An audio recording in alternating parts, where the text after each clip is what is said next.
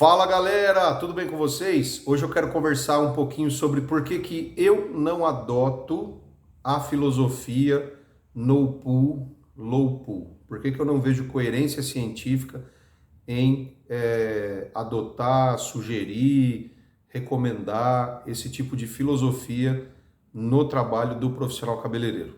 Vamos falar sobre isso?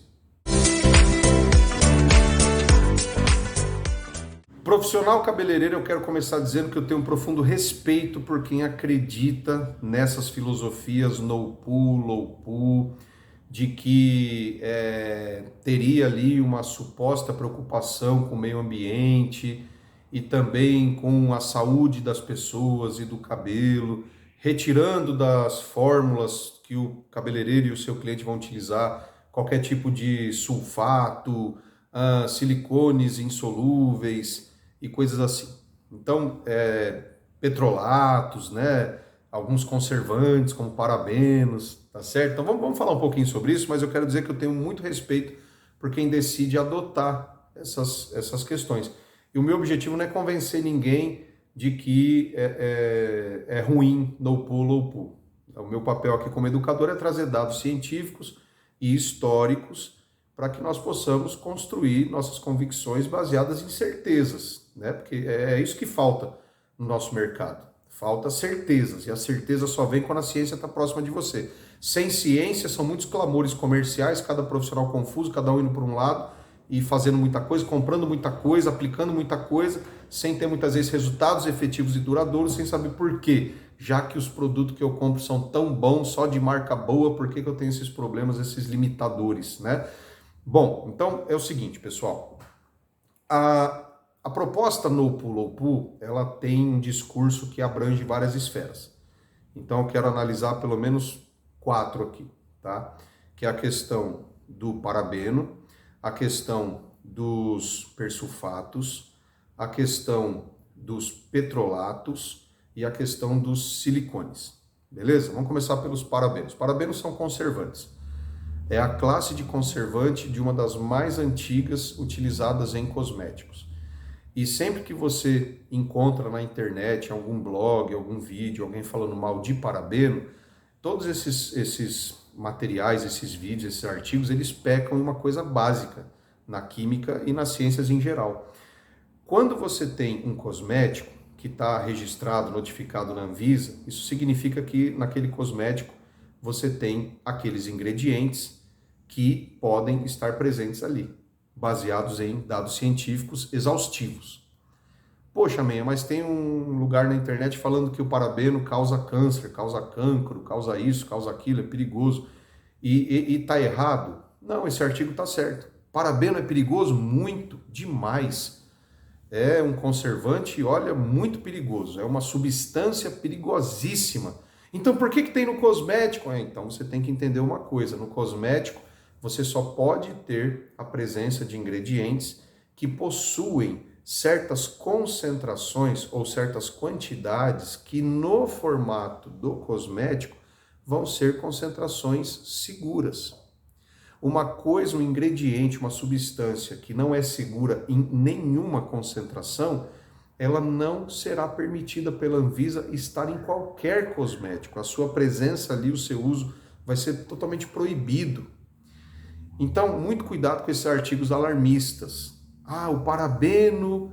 se você tiver uma quantidade de parabeno que você não encontra num cosmético, num outro produto de um outro segmento, numa outra situação, muitas vezes num estado de efervescência, de elevação térmica, de condições totalmente diferentes e adversas, o parabeno vai representar um risco muito grande.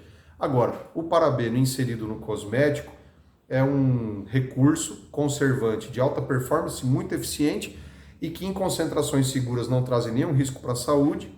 Se você utilizar o produto de forma certa, você não vai beber o cosmético, né? Você não vai tomar, né?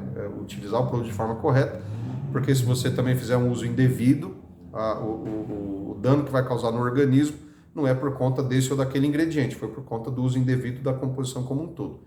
Então, falando um pouco de ironia, né? Você não vai tomar o cosmético, se tomar, o que não vai fazer mal para você não é o parabeno, é o conjunto todo, porque não é um produto para ser consumido internamente, é um produto de uso externo. tá? Mas se o parabeno está lá, você já usa produtos com parabeno há muitos anos. Há muitos anos. E nunca te fez mal, por quê? Porque o parabeno, nos seus diferentes tipos permitidos de serem utilizados em cosméticos, pela Anvisa e demais órgãos de regulamentação ao redor do globo, eles vão recomendar, exigir, acompanhar, fiscalizar o uso do parabeno em concentração segura, onde ele possa cumprir a sua função como conservante e está dentro de uma concentração que ele seja um bom conservante e não traga nenhum risco para a saúde. Então, vocês percebem que esses artigos que falam contra o parabeno, eles nunca falam em que concentrações, que tipo de parabeno, porque nem todo parabeno é permitido. Existem tipos de parabenos que não têm concentração segura. Então, a Anvisa já cuidou disso. O FDA lá nos Estados Unidos, o órgão de regulamentação na Europa já cuidou disso. Eles sabem quais são os parabenos que podem, os que não podem, e daqueles que podem, em que concentração podem, porque não representam risco. Você não tem uma irresponsabilidade institucional generalizada. Vamos colocar isso aqui porque é bom para o produto, vai matar gente, mas... Não, calma. Qualquer apelo alarmista de que, cosmético com isso pode... Mas peraí, você não tem órgãos de regulamentação no mundo inteiro que não se atentaram para isso? Alguns de altíssima exigência, como por exemplo da Europa, do Japão. Poxa, é um pouco subestimar também a nossa inteligência, né? E o mesmo acontece, por exemplo, com o lauril. E o lauril? O lauril é um agente espumógeno e um ativo de limpeza presente nos shampoos. Mas o lauril, o que tem o lauril? Você sempre usou produtos com lauril e aí? Mas não vai fazer mal? Do jeito que está no cosmético, não. Na concentração que está no cosmético, não. A não ser que você tenha um teor de sujidade na sua cabeça e você use um shampoo que tenha um teor de adstringência, de potencial de limpeza muito acima daquilo que você precisa. Então, por exemplo, se você tem uma frequência de lavagem, se você tem um couro cabeludo saudável, você não vai utilizar um shampoo de limpeza profunda todo dia ou uma vez por semana na tua casa. Então, isso é sempre assim. Você vai comer uma feijoada lá, né? Se eu for comer uma feijoada, por exemplo, eu vou colocar um pouquinho de pimenta. Mas se eu colocar pimenta demais, vai ser demais para mim. Vou perder a capacidade de apreciar o sabor. Por quê? A pimenta é ruim? Não, porque eu coloquei muito. Então, o shampoo anti-resíduo é ruim? Não, mas de repente, se você coloca o shampoo anti-resíduo numa frequência do seu uso de lavagem que é acima do... O shampoo de limpeza profunda limpa pra caramba o anti-resíduo. Você tem um teor de necessidade de limpeza bem abaixo. Em vez de usar um shampoo que está de acordo com a sua necessidade de teor de limpeza, usa um shampoo que é mega para fazer uma limpeza super top, muito pesada, usar com certa frequência, aí você também não pode acusar o lauril de ter feito alguma coisa. Então tem que saber direcionar o tipo de composição certa para cada caso. Assim acontece com remédio. Eu vou na farmácia com a receita, a maioria dos farmacêuticos perguntam, mas esse aqui é uso infantil, é pediátrico ou uso adulto? Porque a dose para adulto é uma, para criança é outra, né? Então, os órgãos de regulamentação, Anvisa e outros que eu citei aqui, eles cuidam disso com muita responsabilidade, inclusive para saber o que é viável no público infantil e o que não é viável no público infantil, mas pode ser utilizado para o público adulto. E ainda com todos, mesmo os ingredientes em concentrações seguras e funções corretas, vai se ter a exigência dos fabricantes colocarem no rótulo os avisos de advertência. Tudo que está aqui está seguro, mas se no seu caso, por alguma situação sua própria, individual, do seu organismo, da sua saúde, você sentir uma irritação, uma ardência, se acidentalmente cair nos olhos, então tudo isso o fabricante avisa, né? Procure ajuda médica e tal. Agora, não existe um ingrediente que sempre vai ter um potencial de causar isso na maioria da população e mesmo assim está lá. Então, cuidado. Eles mexem muito com o medo do futuro, sabe? Tal coisa nunca causou, mas pode causar. Putz, cara, eu quero viver bastante. Se tal coisa pode causar, então onde é que eles pegam? Eles não pegam no fato, eles pegam no psicológico. Mas foi constatado que em tal país pessoas que utilizavam esse ingrediente no produto tiveram câncer disso, daquilo. Tá, essas pessoas eram fumantes, essas pessoas tinham alimentação balanceada, tomavam muito refrigerante, qual que era o problema de saúde, qual era a faixa etária, alguma comorbidade. Então fica um monte de coisa mal explicada e querendo responsabilizar ingredientes que são seguros, são utilizados, arruma uma dor de cabeça imensa para um pesquisador, para um formulador. que já passou por toda uma experiência de estudar, de ir atrás, de comprovar, de fazer pesquisa, ensaio, comprovar em cima do que já está comprovado para ter certeza, aí de repente por um viés comercial ou politicamente correto, ele tem que abrir mão de um recurso excelente, queria trazer muita qualidade com a fórmula cosmética, porque agora demonizaram aquilo e falaram que é ruim. Então de repente você tem um público leigo, querendo ler na composição do cosmético, em vez de saber interpretar, porque composição de cosmético você não lê item por item, você interpreta. Você interpreta. Ah, mas aquele lauril é mais forte do que o outro. Depende, você sabe que concentração que foi colocada? Numa fórmula de um cosmético, nós colocamos coisas para agir e colocamos coisas para balancear o que está agindo. Então, você sabe reconhecer se tem algum balanceamento ali em ordem iônica oposta? No caso de um lauril, você vai ter algo de ordem catiônica, um tensoativo ali de ordem iônica oposta para poder fazer o balanceamento. Sabe fazer isso? Então, como é que vai querer falar que o shampoo é ruim porque você encontrou um nome lá, lauril éter sulfato de... então é sulfatado, então é horrível, é do mal. Gente, isso aí é uma proposta muito infantil à luz da ciência. Mas, Menha, e os petrolatos? Petrolatos, né? Olha, uma coisa que a gente aprende em ciências é o seguinte, principalmente em química. Não existe nenhum ingrediente que você demonize totalmente ou abençoe totalmente. Para você ter uma opinião sobre algum ingrediente cosmético, ou qualquer ingrediente, qualquer segmento, você precisa saber qual é a função dele, em que concentração ele vai estar lá, e o que a literatura científica já comprovou sobre aquilo, em relação à periculosidade, toxicidade ou segurança do uso. Ok? Então, quando se fala, por exemplo, em petrolato, mas vem do petróleo. Tá bom, tem muita coisa que a gente usa no dia a dia que vem do petróleo, né? Até os nossos filhos brincam com um brinquedo de plástico e o plástico veio do petróleo, porque o petróleo ele é extraído e ele vai passar por uma torre de vários processos de queima dele, de combustão, e em cada altura, cada temperatura se produz um subproduto diferente, desde combustível até matéria-prima para vários segmentos, inclusive cosméticos. Tá. O petrolato, o óleo mineral, a vaselina, o derivado do petróleo, sempre que ele estiver no cosmético, ele vai fazer mal para o cabelo? É um cosmético do mal? É ruim? Não.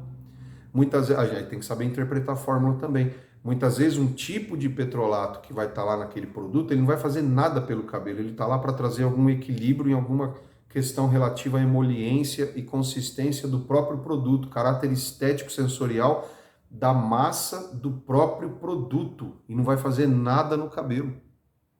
Em outros produtos de cabelo, é importante evitar os petrolatos, as vaselinas, os derivados de petróleo em geral, os óleos minerais. Então você tem que saber, tá, o petrolato é ruim, não sei, depende em qual produto. Você está se referindo a qual produto? Você está falando de um shampoo, de uma tintura de cabelo? Você está falando de um condicionador, de um leave-in finalizador sem enxágue? Você está falando do quê? Petrolato presente na fórmula de um alisante de cabelo? Então não dá para saber assim, sabe? Mais uma vez, esses clamores, essas propostas pecam em relação a isso. Bom, silicones.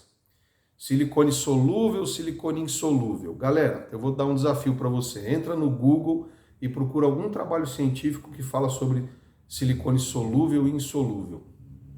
Únicos 2 ou 3 trabalhos que falam sobre isso são trabalhos acadêmicos de estudantes que pegaram justamente a existência já ocorrendo dessas filosofias no pull com algo que em faculdade de química é muito frisado, que é o cuidado com o meio ambiente.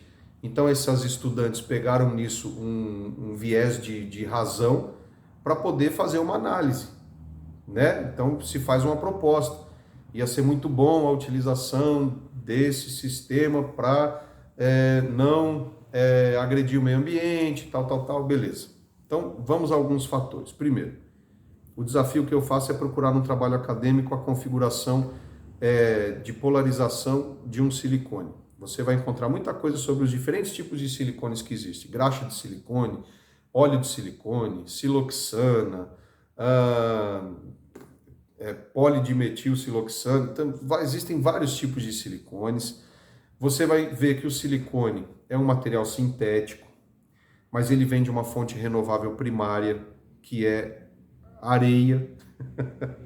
E o que acontece com o silicone? É um material de alta estabilidade, comprovadamente sem causar nenhum impacto ambiental. Você não encontra em trabalhos científicos que não estão falando sobre produto de beleza nenhum aspecto relacionado a ele ser solúvel ou insolúvel. Normalmente você encontra uma propriedade inerente do silicone, ele ter tanto a capacidade de se conectar com molécula de fase aquosa quanto de fase oleosa num produto, por isso que ele fica bem distribuído numa composição de forma suspensa, porém inerte. Então ele não reage nem com fase aquosa, nem com fase oleosa. Isso por si só já inibe qualquer proposta de que o silicone de tal forma poderia ser nocivo ou problemático aqui ou ali. Tá. Não, mas o silicone ele vai se impregnando no cabelo. Ótimo, eu quero que ele se impregne mesmo, porque é um dos materiais mais resistentes a altas temperaturas. Um cabelo que vai passar por uma chapinha, um cabelo que vai passar por um secador, que depois vai estar exposto à radiação ultravioleta do sol, luz artificial de um ambiente fechado. Eu preciso de um ingrediente que seja altamente eficaz na performance de proteção térmica e solar do fio de cabelo, que também seja não reagente para ter um potencial antioxidante. Então eu quero isso mesmo, eu quero que ele impregne no fio do cabelo. Ah, mas ele, se for insolúvel, ele vai ficar acumulando no fio de cabelo e depois ele vai ter resistência para sair, porque ele é insolúvel, então não sai com água. Então, peraí, duas coisas. Primeiro, todo e qualquer silicone usado em cosmético, principalmente os não voláteis, eles realmente são resistentes.